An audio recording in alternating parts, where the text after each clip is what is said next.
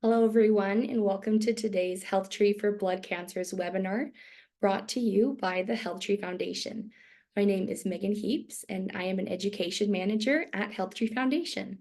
I'm very grateful to have each of you here today and for your support in building this blood cancer community. I'd like to let you know that today's session will be recorded, and the recording, along with any resources we discussed today, will be sent via email to all registrants within 48 hours after the event has concluded. We'll start with a brief Zoom tutorial for those who are new to the platform. If you have any questions or comments for us or for our speaker throughout their presentation, please click the chat icon and type them in the chat box. If you are using a mobile device or a tablet, click the three-dot icon that says More and then Chat in order to access the chat box. This is one of our first events for all blood cancers.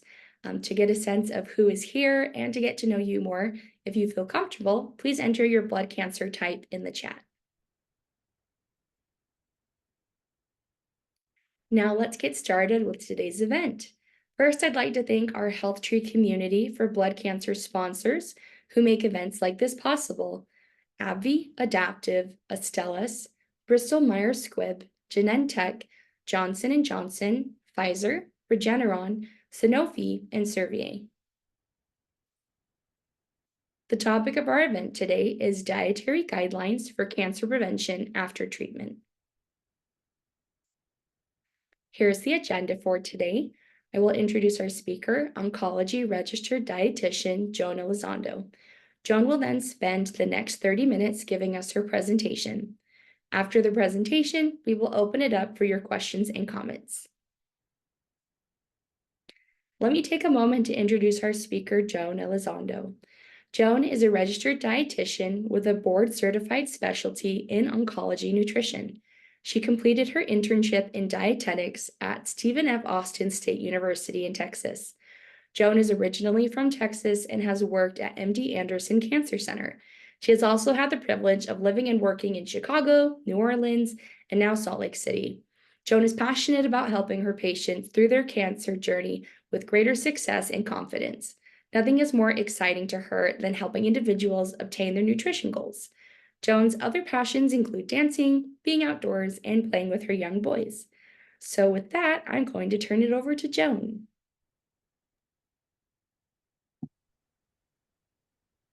Hello, everybody. Thanks for having me today. Really excited to talk to you guys about nutrition and trying to get you through to all the years of life, since you've probably been through some hard treatments there.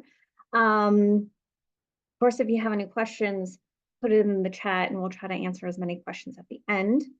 Right now, I'm going to share my screen so we can start the presentation.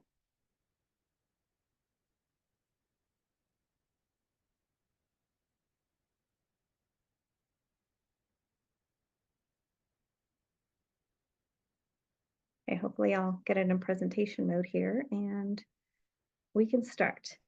So today, of course, we're going to talk about dietary guidelines for prevention of after treatment. And so, of course, the objective is to provide you all of the nutrition information that you need for this time, or maybe if you're not quite there, for the future. So of course I have to start with some funny food jokes. Oops, I got excited there. Okay, why do watermelons have fancy weddings? Because they can't elope. I know y'all are laughing. I can tell, I can feel the vibe. Which type of vegetable tries to be cool, but is only partly successful at it? The radish. You know what's hard to beat for breakfast? A boiled egg. Why does a grape say when it gets stepped on? Nothing. It just lets out a little wine. I know, hilarious. Y'all are going to tell like everybody you know.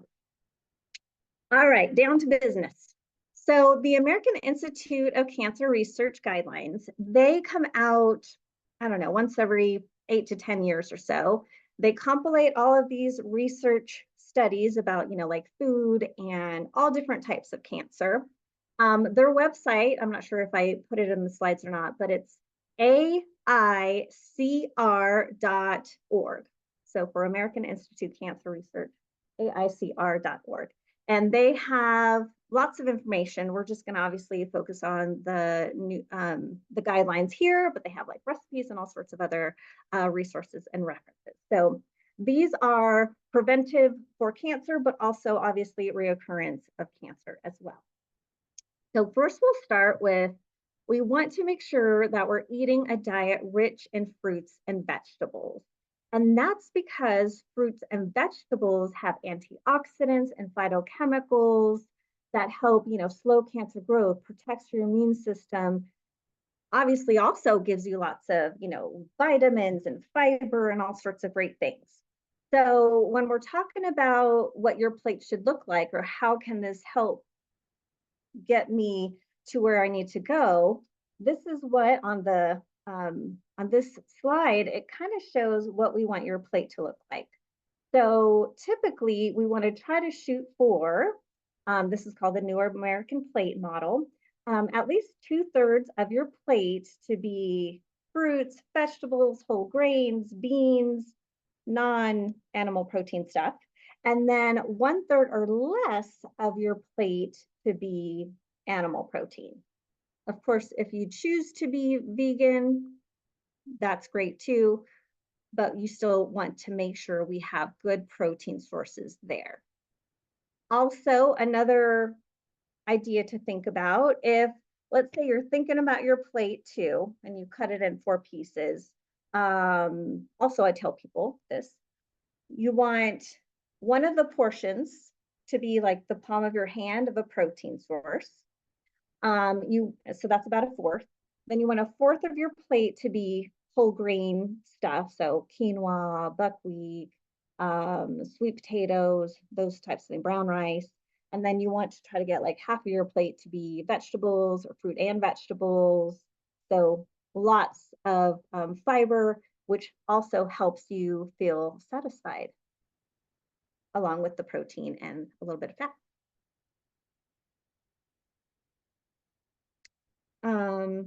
Next, we want to try to limit red meat and of course processed meats as well. So the AICR guidelines, or the American Institute for Cancer Research guidelines, are no more than 12 to 18 ounces of red meat per week. And so that includes pork, beef, lamb. Most people are kind of shocked when I say pork because, it used to be considered the other white meat, but it's actually considered a red meat. So make sure that we don't go over that. Obviously, if you could do less than that, that's great as well. We also want to limit or avoid processed meats like bacon, sausage, pepperoni, ham, deli meats, those types of products. If you do end up doing a deli meat, you can get a nitrate-free version. So then that would be a little bit better, but obviously it still has lots of sodium in there and salt if you need to watch out for other medical reasons. But I did want to point out that you don't have to limit, or there's no limits on chicken or poultry, or let's say the white meats. And we also encourage, if you tolerate fish or you're not allergic to fish, at least 2 or 3 times a week of that. Typically, if we can get the omega-3 fatty acid fish, like salmon, herring, halibut, tuna, those have some anti-inflammatory properties, which would be great to incorporate. Kind of attaching to that would be limiting the processed foods or your fast foods. So that would include chips, cookies, candy bars, desserts, processed baked goods, sugary cereals, and fried foods. I know you're thinking I'm not being very fun, but I didn't say you have to avoid it for the rest of your life. We want to just try to limit. So typically what I tell people is, if, like 85% of the time you're eating like all the, fruits, vegetables, whole grains, lean meats, all the things that you need to do or that are better for your health, then the other, 10 or 15% of the time or so, you can eat some of these things. We just really want to try to limit those foods. And, just really be aware, I suppose. Also, something to think about, and you might have heard this in the past, is let's say you're at the grocery store. Typically, the things around on the outskirts of the grocery store, like you have your fruits, your vegetables, those types, and you have your meats usually, those we want to consume more, as opposed to, like in the aisles might be some of these processed things. Although they kind of sneak in, they have those little end cap things where you want to just grab it, or in the, when you're cashing out and the cashier, they have those sneaky things. So I don't know, maybe put your blinders on sometimes because they can kind of sneak in there. Over here on the other half of the slide, of course, we want to consume fruits and vegetables, whole grains, nuts and seeds. So the more colors you have on your plate, the better. I'm not talking about the Skittles and the M&Ms. I see some of you thinking. We just want to talk about, like all the fruits and the vegetables, and typically whatever is in season has a little bit more nutrients and vitamins as opposed to things that are out of season. So really try to get all the colors of the rainbow when you're thinking about, like your meals, or, planning for the week, or when you're at the store, trying to get all those colors in there.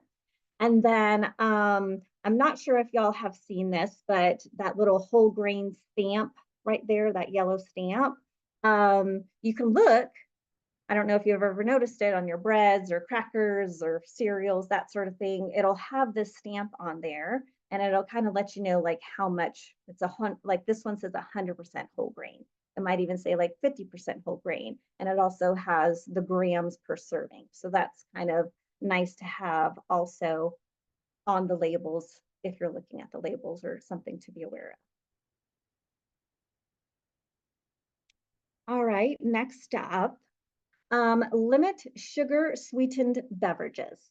So we want you to, of course, drink lots of water or other unsweetened decaffeinated drinks.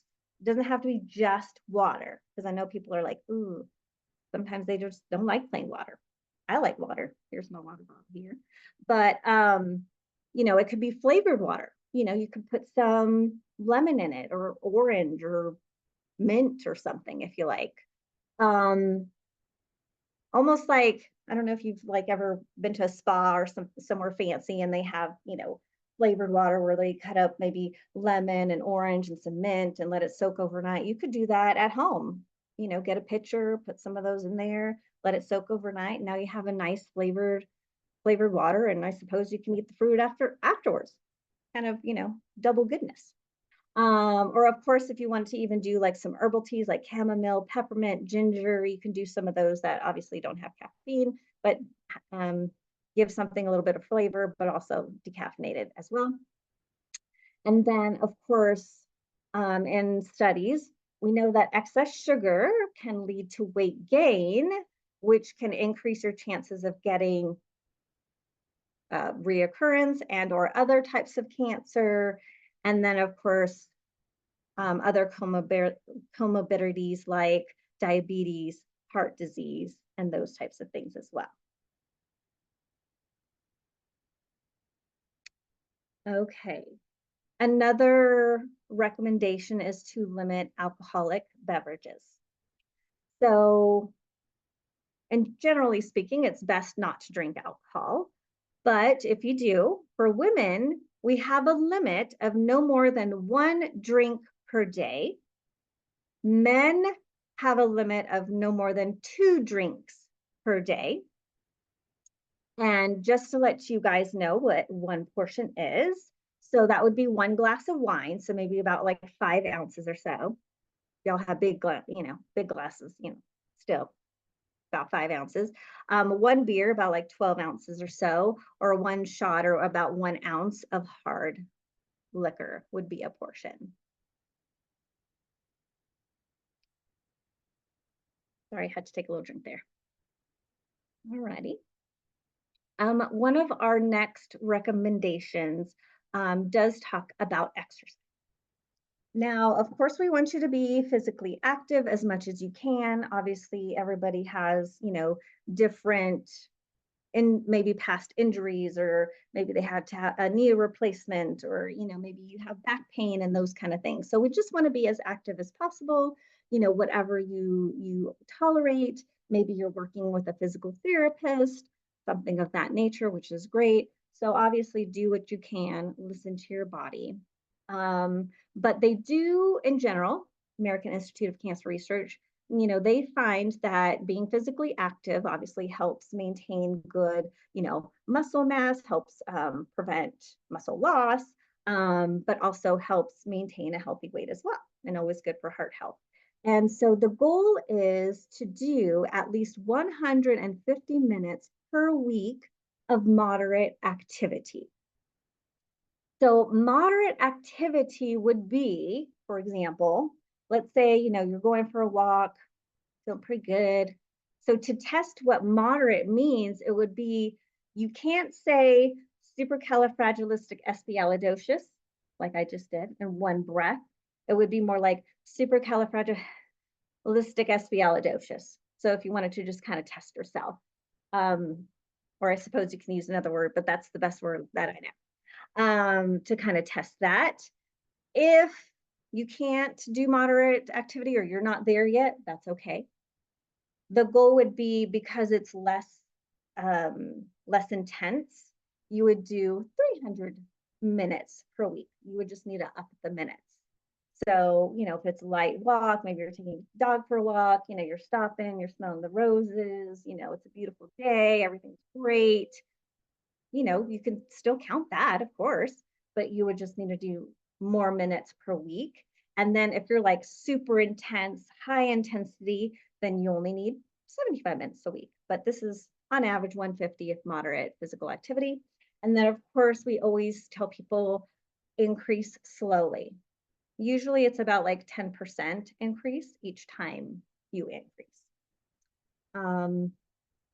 Or I've also had one of the physical therapists tell me, maybe if 5 minutes is feeling good, maybe try 2 times a day, 5 minutes, or 3 times a day, 5 minutes. You can also kind of do shorter, more frequent times as well.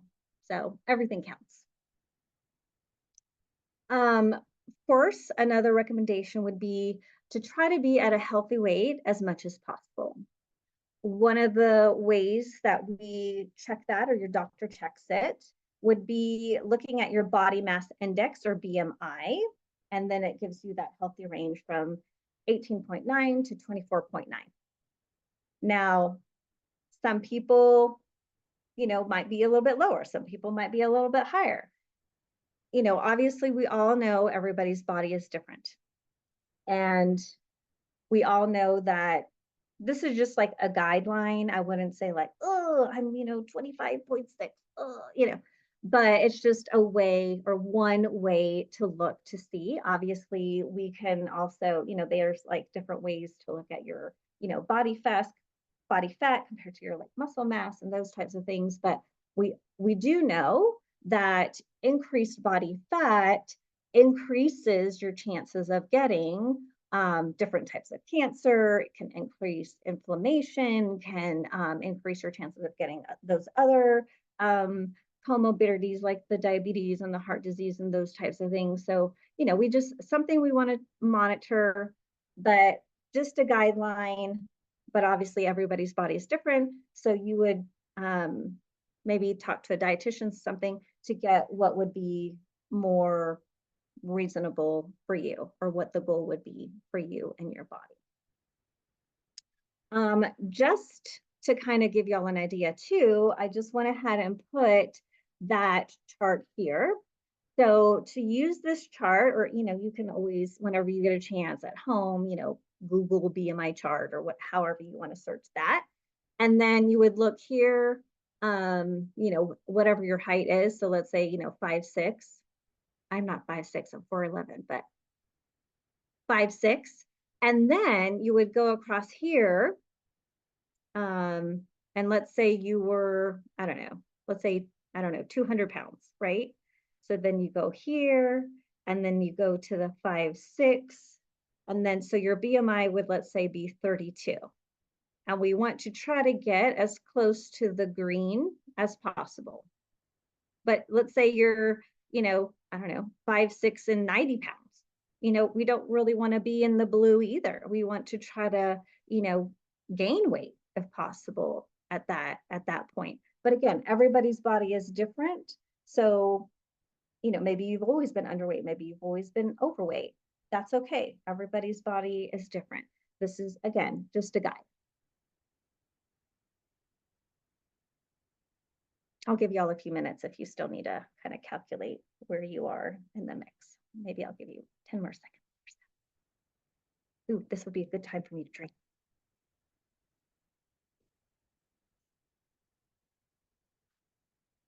Okay, so hopefully y'all found out what your BMI is. And then again, green weight would be, or the green color would be what we would shoot for. Okay, so another recommendation that they have is we don't necessarily want you to use supplements for cancer prevention. But supplements are just for that, right? We want to try to meet our nutrition through diet and eating and all those great things. But sometimes maybe you just don't absorb a certain nutrient or mineral or vitamin. Your body just can't hold on to it. And so then, of course, we would supplement, or maybe you had a surgery or something. So now you can't absorb that vitamin optimally. So, of course, then we start taking vitamins and minerals and things that we need to help supplement or get us in line with what the levels should be. So, for example, some people need to take, B12 injections, or they need to have iron, or they need to take some extra vitamin D. So supplements are just for that, to supplement our diet if we're not able to get enough of certain foods or certain nutrients. Hopefully, your doctors and your team are checking labs pretty often, or at least let's say primary care at least once a year, like your cholesterol and maybe a certain vitamin or nutrient that you were low in the past. So just making sure you check that. I would say at least once a year. Obviously, if it's a little off, then you would check it more often. And you can always complement those supplements with obviously, eating those foods that are high in that specific vitamin or nutrient. And then one of their other recommendations is, for mothers, breastfeeding your babies if possible, just because there's strong evidence that breastfeeding decreases breast cancer risk. And of course, there are many other benefits, of course, to breast milk. And studies show that babies that are breastfed are less likely to be overweight and obese growing up. So if you didn't know that, there's little great information for you there. Oh, I did a little. And then those recommendations, of course, help prevent reoccurrence as well. So that's like the 10th recommendation. Okay, so of course we got to get some more, funny ha-has in. Okay, so I was going to grow an herb garden, but I couldn't find the time. Woo! I know that's good. Spending a lot of time at the coffee bar can cause a latte problems. Every morning, I think I'm going to make pancakes, but I keep waffling. How do you make a pancake smile? Butter them up. I know, those are good ones. Y'all are rolling on the floor right now, I know it. And these are some resources and references. So we talked about the American Institute for Cancer Research, which is AICR.org. Of course, the American Cancer Society, the National Cancer Institute. And then I put this one on the bottom, Memorial Sloan Kettering Herbal Database. So they have a database. So if you are interested in an herb, if you type in, I don't know, let's say turmeric or whatever you want to type in there, it'll pull up, like possible medications or treatments that would interact with it. What are the side effects, if it's safe or not safe, and some of the research. So I just thought that was good information if y'all decide to kind of look into it a little bit. But you could just, search Memorial Sloan Kettering herbal database and it'll pull it up. And then you can kind of type in some herbs and spices or whatever questions you have. And they have lots of good resources there. And then I am open to questions. So y'all just let me know what questions you have and I'll get to all of them, hopefully. Thank you so much, Joan, for your informative presentation. And like you said, it's now time for the discussion part of today's event. So I'll go ahead and just read these through the chat and we can start there. So in webinar setting as well, there is the Q&A. So if you put your question through the chat feature or the Q&A, we will get to hopefully both of them. Just in the case that if we do not get to all the questions, we'll see if Joan will answer any generalized questions with the group after the presentation in the form of an email. And if you by chance do have like a question that's very personalized, we do recommend reaching out to a registered dietitian on your healthcare team or ask your doctor about dietary, about who in specific you should contact on your healthcare team, and they can best support you there. Okay, so I'm going to go ahead and share my screen, Joan, if that's okay. Oh, yeah, should I stop sharing, I'm guessing? Oh, you did it already. Oh, yeah, thank you. so we're good now. Awesome. Okay, can you see that all right? Perfect. Okay, great. Okay, so one of the questions that, oh, whoops.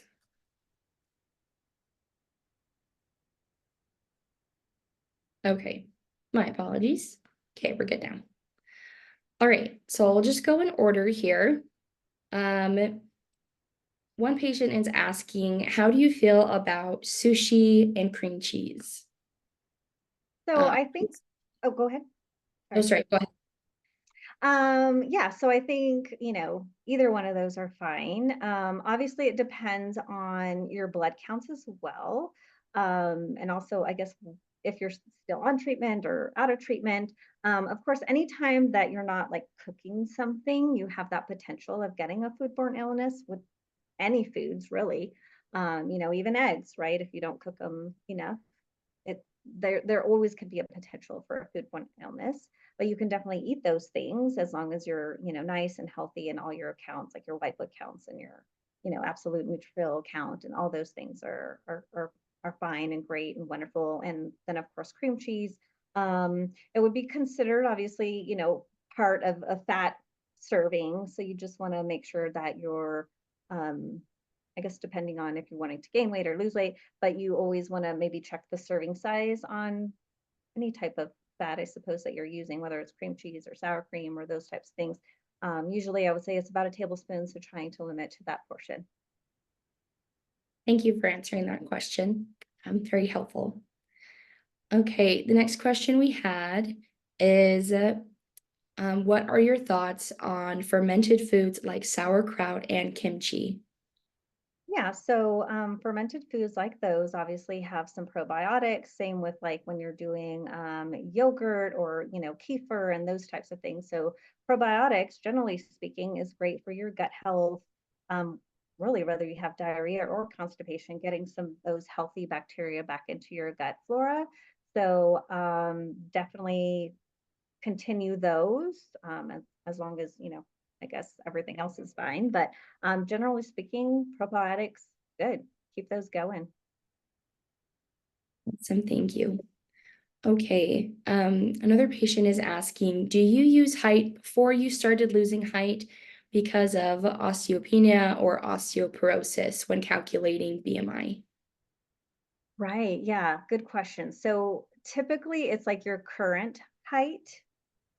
So let's say if you were like 5'2" before and now you're 4'11" or that sort of thing, it would be like your current height when you're calculating the BMI, Okay, awesome. unfortunately. Well, that's all right. Thank you. Thank you for answering. Yeah, you're welcome. Okay. The next question we have is it safe to eat honey after stem cell transplant? That's one of those kind of, I want to say necessarily controversial, but it's kind of like, oh, do we want to do that? Do we not? Just because right after stem cell, your counts pretty much are zero. And then, they're working their way back up. So I would probably hold off on honey until, your ANC and your white bone count is like solid stable. So depending on if it was an auto or an allo, might also depend on how fast or how soon you can start that. So I would probably say like an auto, maybe after about 30 days, usually things are starting to look pretty good as far as your counts go, but like an allo might be closer to like 3 months or so after the transplant. So but definitely talk to your healthcare team because you have obviously different doctors feel differently about that subject, but I would probably hold off until your counts are looking pretty good. Awesome. Thank you for answering that, Joan. Okay, the next question is chickpeas are sometimes my only protein. Is that okay?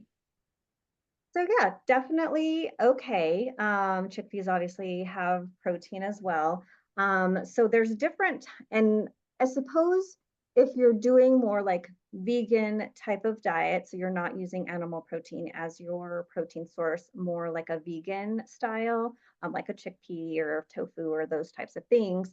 You probably also want to have your doctor check like your B vitamins and your iron to make sure that whatever iron is in there is being absorbed okay in your body. If not, you might have to supplement with taking iron. So that would be something I would definitely ask to have checked just because you're more of a vegan diet. That's good to know. Sorry, I Wonderful. have like a little blurb on my screen. Okay. You're good. Okay. The next question is, do you recommend intermittent fasting for cancer patients?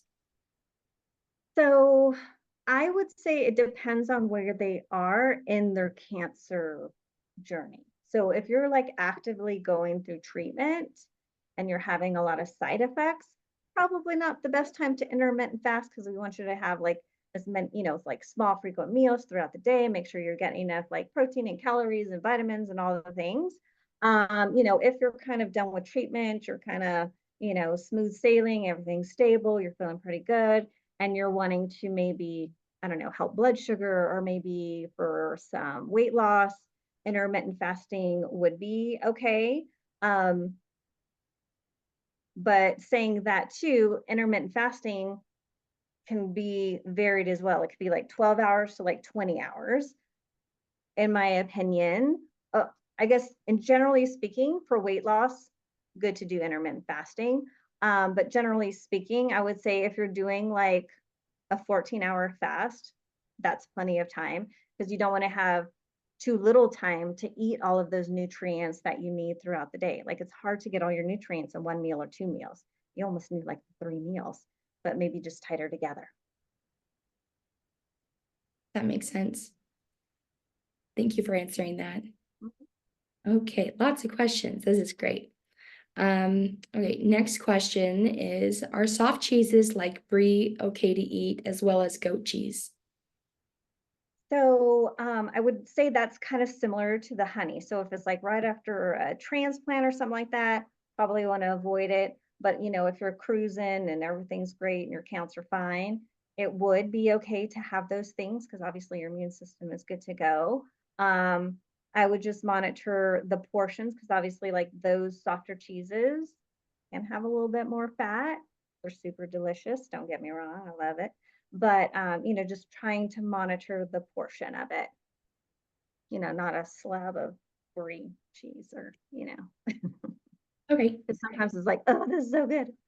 So just trying to like really, I guess with that being said, just like really enjoying and savoring each bite and really loving your foods. Awesome. Thank you for that, Joan. Okay, the next question from Deborah. Since my diagnosis, I've been given, oh, my apologies. We had one before her. So Yeah. Patricia's asking, is it okay to drink acidic tea? Oh, like ACAI. So A it's tea, I guess. ESSASI. Oh, ASIC. Yeah, yeah. Oh, my, So I would say that specific tea might interact with some, if you're on treatment, it might interact with the treatment. So I would double check probably with your team, or if you have like a pharmacist on your team, probably would check with them just to make sure that we're not interacting with anything that we're not supposed to. If you're not on treatment, and then I suppose it would be fine, but I would always double check because we don't know, like, I don't know what other medications you're on that it potentially can interact with. That might be a place that you can try that Sloan Kettering herbal database. It might have a few things there, but I would always double check with your team and or your pharmacist to make sure like that tea doesn't interact with any medications or treatment that you're on. that's good to know. Mhm. Thank you so much. Mm. Okay, so Deborah is asking, since my diagnosis, I've been given lots of mostly unsolicited advice about a cancer diet. Is there any data to support that a vegan diet, I apologize, a vegan diet can cure cancer or that sugar attracts cancer? So we talked about today plant-based diet. So you don't have to be vegan once you get a diagnosis of cancer. There's not great research about being vegan, but there is good research about plant-based. So hopefully that clears, I guess, that half up. So don't have to be vegan, but you do want obviously to have lots of fruits, vegetables, whole grains, beans, along with some animal proteins if if you so feel like that's best for you, but not that great of research about just being vegan. Because even if you're vegan, you can still eat unhealthy things like fried foods and stuff like that. So, kind of thinking of that in the back of your mind as well. And then as far as, let's say sugar and cancer go, so our bodies just kind of work with sugar. That's how our bodies break it down. So let's say, for example, you eat a food, it turns to glucose, and then, like our bodies absorb that glucose and it goes to where we need to go. I need to move my arm, I need to breathe, I need to talk, I need to blink, all the things. But it's not like you can't necessarily, or your body is not that specific, like, oh, I just had a Snicker bar, I'm going right to your tumor, or I had an apple, I'm going to your arm. Like it's the glucose is going to go you need where you need it, pretty much. So our bodies aren't that, I guess it doesn't, there's not that much research that says it does that, but we do know it's more of an indirect, like if you eat a lot of sugar, then that can increase weight, which increased weight leads to, these 12 different types of cancer. So hopefully that answered your question. That makes sense. Okay. So Terry is asking, is it okay to add Truvia as a sweetener to decaf tea? Yeah, you can definitely do that. Excuse me. Ooh, excuse me. Yeah, Truvia, stevia, those types of sweeteners you can. I would say any type of sweetener you use, just kind of like they say, everything in moderation, right? You don't want to use a ton, you don't want to use, you know, gallons and gallons of it. But as far as, I don't know, using a packet or whatever in your tea, totally fine. But I will also kind of say that, like, let's say, for example, honey or molasses or maple syrup, like they do have like nutritional value to them, right? Like they have potassium and other minerals and other things that we need as well. So you can use that if you wanted to get some of those nutrients as well. But if you wanted to use like Truvia, stevia, or something of that nature, you can do that as well. Because I know like with diabetes, obviously you can't do too much honey, but you want to try to decrease the extra sweeteners. Thank you for answering that. Okay.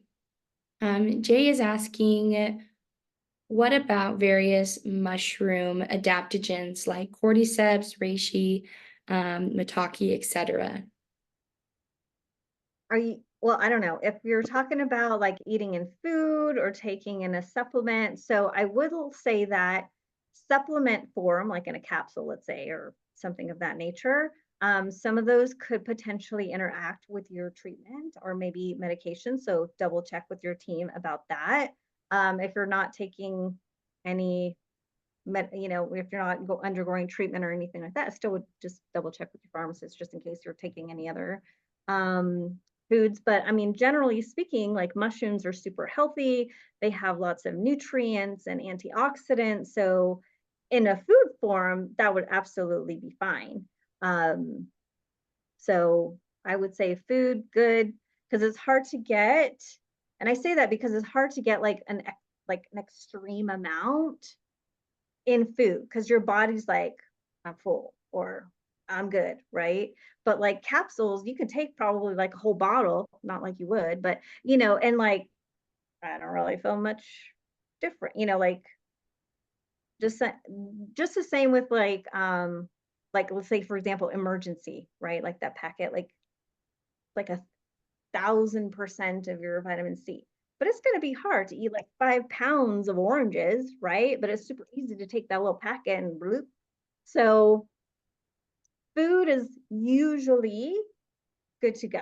No problems. It's hard to get a lot of it.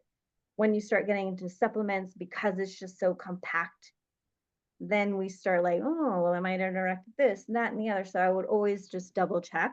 But food form, good to go. Mushrooms are great. Okay, thank you for that. Mm-hmm. All right.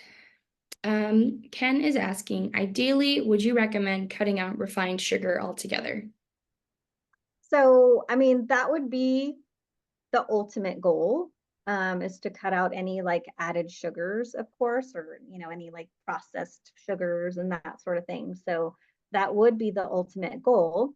But I will also say that, sometimes it sneaks in and, or sometimes, ugh, I just want that, I don't know, piece of cake or whatever. It's my birthday. I'm going to, enjoy it.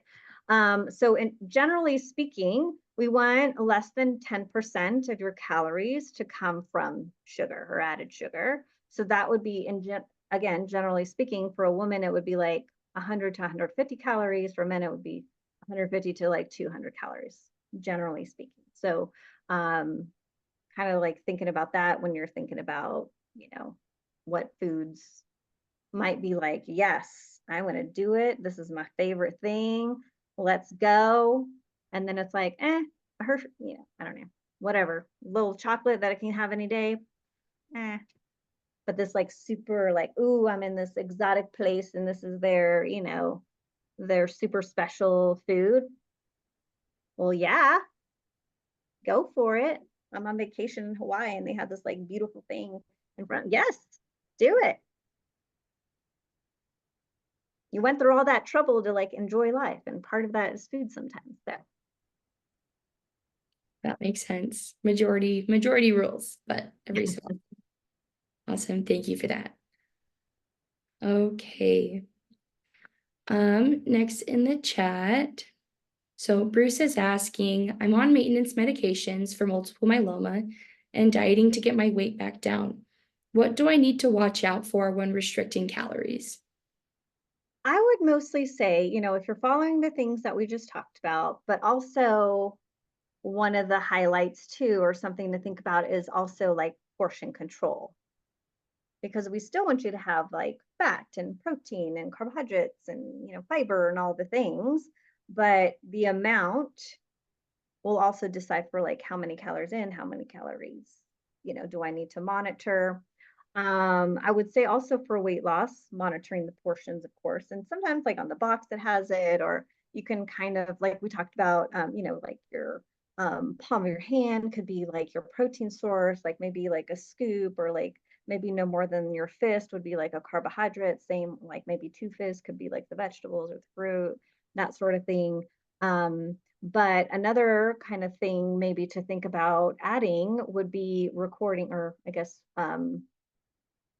one research studies have shown that if you're monitoring your portions along with keeping a food log, that can help with awareness and also with the weight loss. So you can always do one of those like food logging apps and do that for, 2 weeks, 4 weeks, something of that nature. So then you could really get like, okay, am I even getting enough protein, or maybe I'm getting too much fat, or I didn't realize that this food I ate had 5,000 calories. You know what I mean? Like it just helps you um, stay on track, stay focused, and kind of see what you're getting in there. Good advice. Food logs. Awesome. Okay. Natalia's question is, it's been 5 months since my transplant. Can I drink yogurt? I would say it should be fine by now. I don't know what your counts are exactly, but I would assume that they're pretty good and you're hopefully on the upswing of everything. So I would say yes. Yogurt and all those like probiotic things should be fine. Great. Okay. I'm sure Next gut flora question. took a hit with that. Oh, So sorry, go ahead. no, I was just saying, I'm sure like, all your guts after the stem cells are not so great. So definitely try to get some probiotics back in there. That makes sense. Thank you for answering that question. All right, so the next question from Victoria is, vitamin B12 is recommended for vegans. There's protein in beans, greens, and grains. Oh, so I guess so let's phrase that. Is vitamin B12 recommended for vegans? So possibly, yeah, B12 and iron could possibly be something that you have to supplement. So that's when I would probably go to your maybe primary care doctor and have those labs checked, like your Bs and have an iron panel done, just to see, where they're going with that. So like you might be absorbing all those nutrients just fine. You might not need any extra, but then you might need extra. So I would just have it checked. I guess if you're feeling lots of fatigue and kind of like some side effects of like being deficient, then you possibly could start now, but that would be something I would check. Okay, that's good advice. Thank you, Joan. Lots of questions. Mm-hmm. All right, the next one is, I have long-term neuropathy and am about to start maintenance treatment for multiple myeloma. Do you have any advice on the use of lion's mane mushrooms to help with neuropathy? Ooh, good question. I'm not sure about lion's mane with neuropathy. I know a lot of my patients here, at least at Huntsman, they'll do some acupuncture to help with their neuropathy, but I'm not sure about lion's mane. I'm sorry. So I can't tell you. Sorry. That's all right. Thank you for letting us know. Okay. Kalisa is asking, is raw sugar good to use, or should I use something like agave or stevia? So cane sugar in a sense that still has those antioxidants. I mean, any type of added sugars, we just want to limit, even if it's like honey or molasses or anything with like nutritional value to it. So I would, if that's like your favorite or your favorite sweetener or sweetener of choice, then I would just use it minimally, kind of thinking about like, okay, what does my overall day look like? Maybe I'll just put like a teaspoon in there, just trying to limit those added sugars. So whether it's raw sugar or agave or whatever it is, um, I would say it's your preference, really, like what tastes better to you. Um, but also thinking about like your overall calories. Like if you're not really getting any other added calories, doing a teaspoon or whatever of raw sugar is fine. just staying within those like parameters that we talked about, less than 10% of calories coming from added sugar. Wonderful. Thank you for answering that question. Good to stay within parameters. Good to know. All right. Okay, we have another question. Should you limit carbonated drinks? And some of these you may have previously answered in your presentation, but if so, please summarize once again with the questions. Yeah, sure. So with carbonated beverages, you could still do like a sparkling water. Obviously, it's just like carbonated water, or sometimes it's like flavor, like lime carbonated water or something like that. So like carbonation, and generally speaking, you can do, and it's fine. I would just say if it makes you feel kind of like bloated or have more gas or something like that, then you might want to limit the carbonation part of it. But I mean, like a carbonated beverage could potentially be hydrating as well. So as long as it doesn't have, again, just too many added sugars, like we're kind of talking about, and that last question. So I suppose if you wanted to do like, I don't know, a ginger ale, let's say for example, like, oh, my tummy kind of hurts. Yeah, you could definitely do a few sips of that and see if that helps with maybe you have some nausea or something of that nature. So you definitely do carbonated beverages. It can still be hydrating. But if it's, let's say, for example, like a regular ginger ale, probably going to have, I don't know, like 100 calories or whatever, 120 calories. So then that's going to be a lot of sugar at one time. But if you're doing like, oh, I'll just have like an ounce or two or a few sips just to get the tummy under control, not a big deal. But when you start doing like large amounts of added sugar, then not so good for the overall umbrella healthy guidelines. Like you can always do maybe like a ginger tea instead of ginger ale, and then obviously you can control like the sugar in there. It's a great recommendation. I like the swapping ginger tea for ginger ale. And thank you for answering about the carbonated drinks, Joan. Sure. Okay, next question from Beth. There are a few here. So if patients want to research this topic more, do you have a few resources to recommend? So from Joan's presentation, or we'll make sure to send out any resources discussed. Apart from those, Joan, is there anything else you may recommend?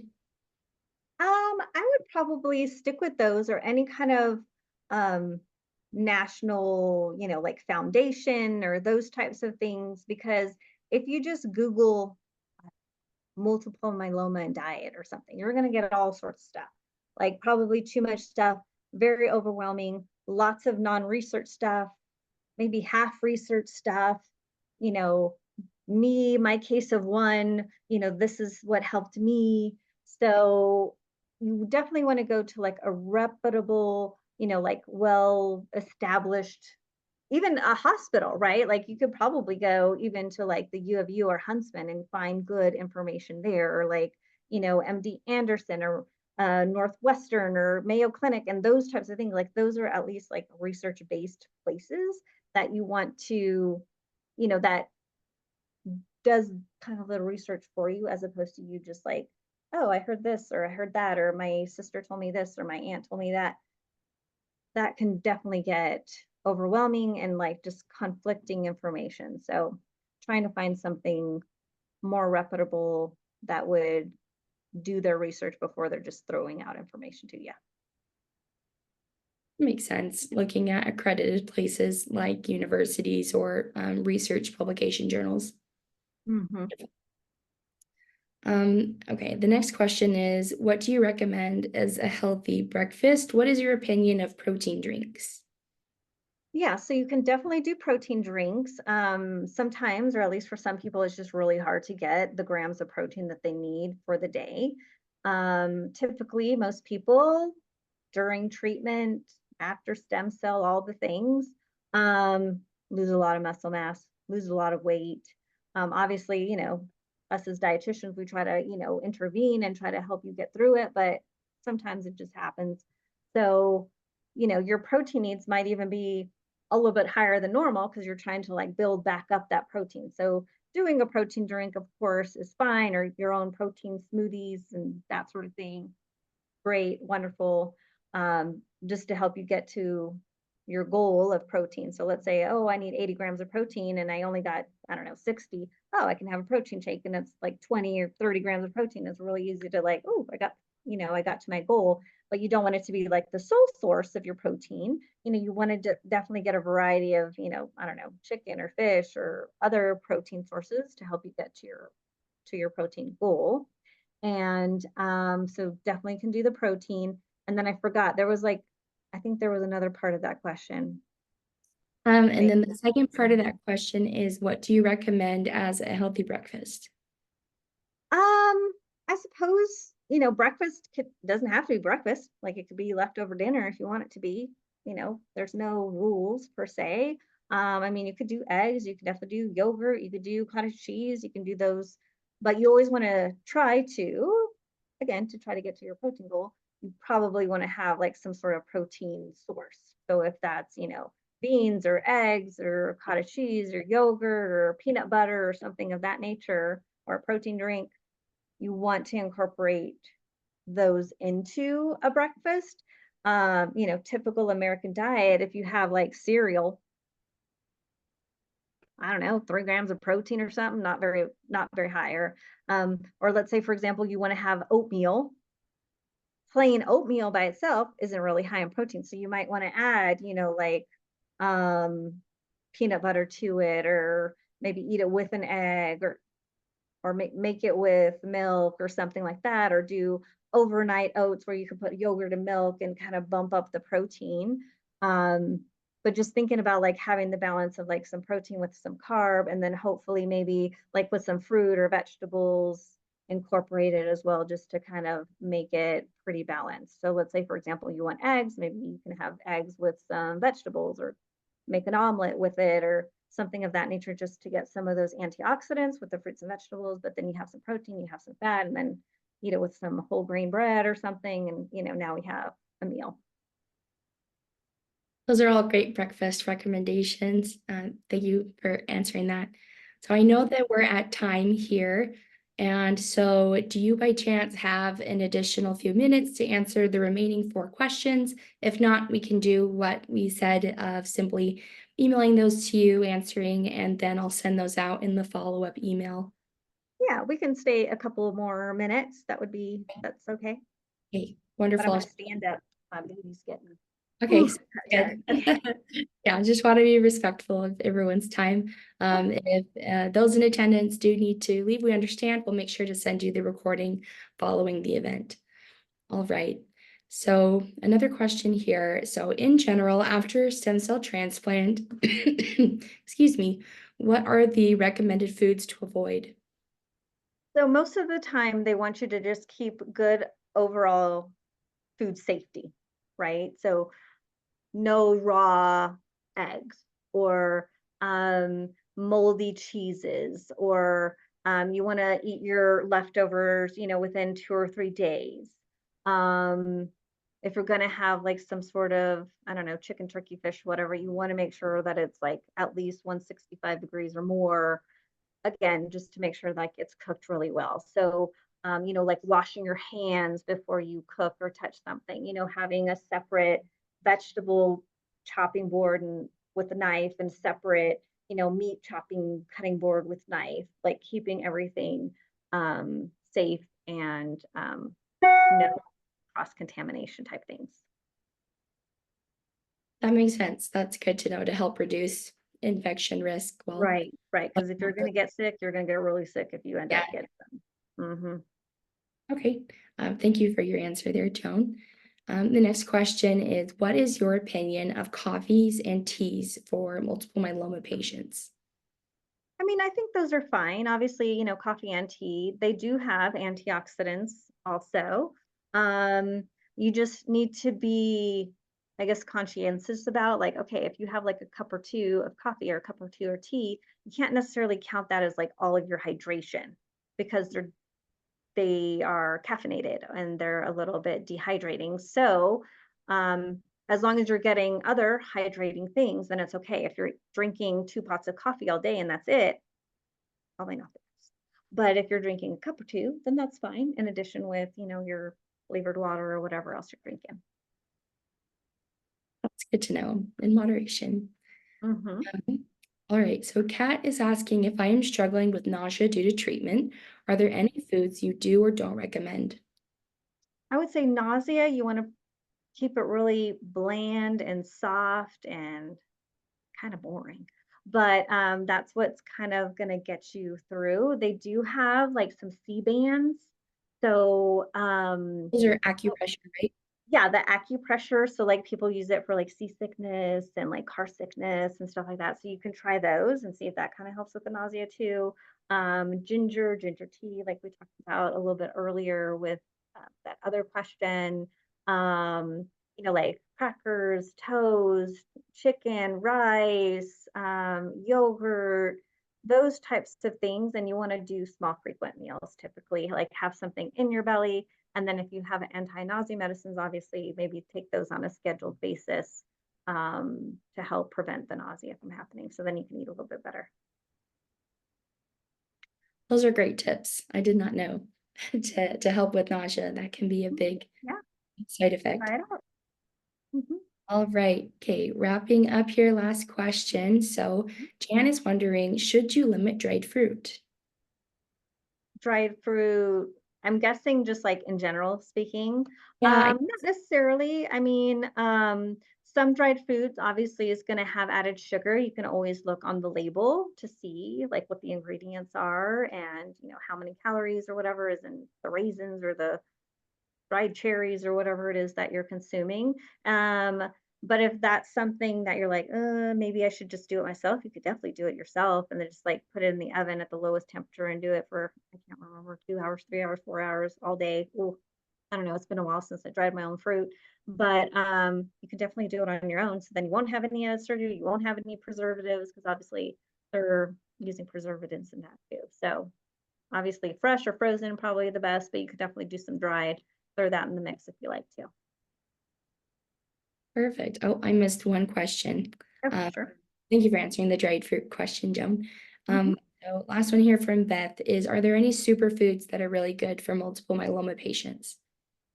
I mean, I would say generally speaking, maybe not necessarily for like multiple myeloma, but I do feel like when I read different articles about different types of cancer, cruciferous vegetables always seems to be really great. So that's like the stinky ones when you cook them. So like broccoli, cabbage, cauliflower, kale, like that group. Um, of course, you always hear a lot of great research about or read turmeric. So adding that to your whatever it is, like to your salad, whatever. You can always add that in the mix. Obviously, berries, they do have lots of antioxidants and phytochemicals. So strawberries, blueberries, blackberries. But I mean, generally speaking, like all fruits and vegetables are really great for you, especially if they're in season. And all of them have their own thing that they bring to the table. So you don't want to just do like, oh, I'm just going to do strawberries because strawberries have, I don't know, let's say the most antioxidants. But, what about, over here, pineapple or peach or, blueberry over here? You want to try to get that variety because each fruit and vegetable has its own, nutrients. So you want to try to get a variety if you can and if you tolerate it. Well, those are great options. Delicious ones as well. Yeah, I'm getting Yeah, hungry. happy they support the body. That's good. We did have one pre-submitted patient question. They are wanting to know if they have taste bud changes from treatment and it's been 2 years.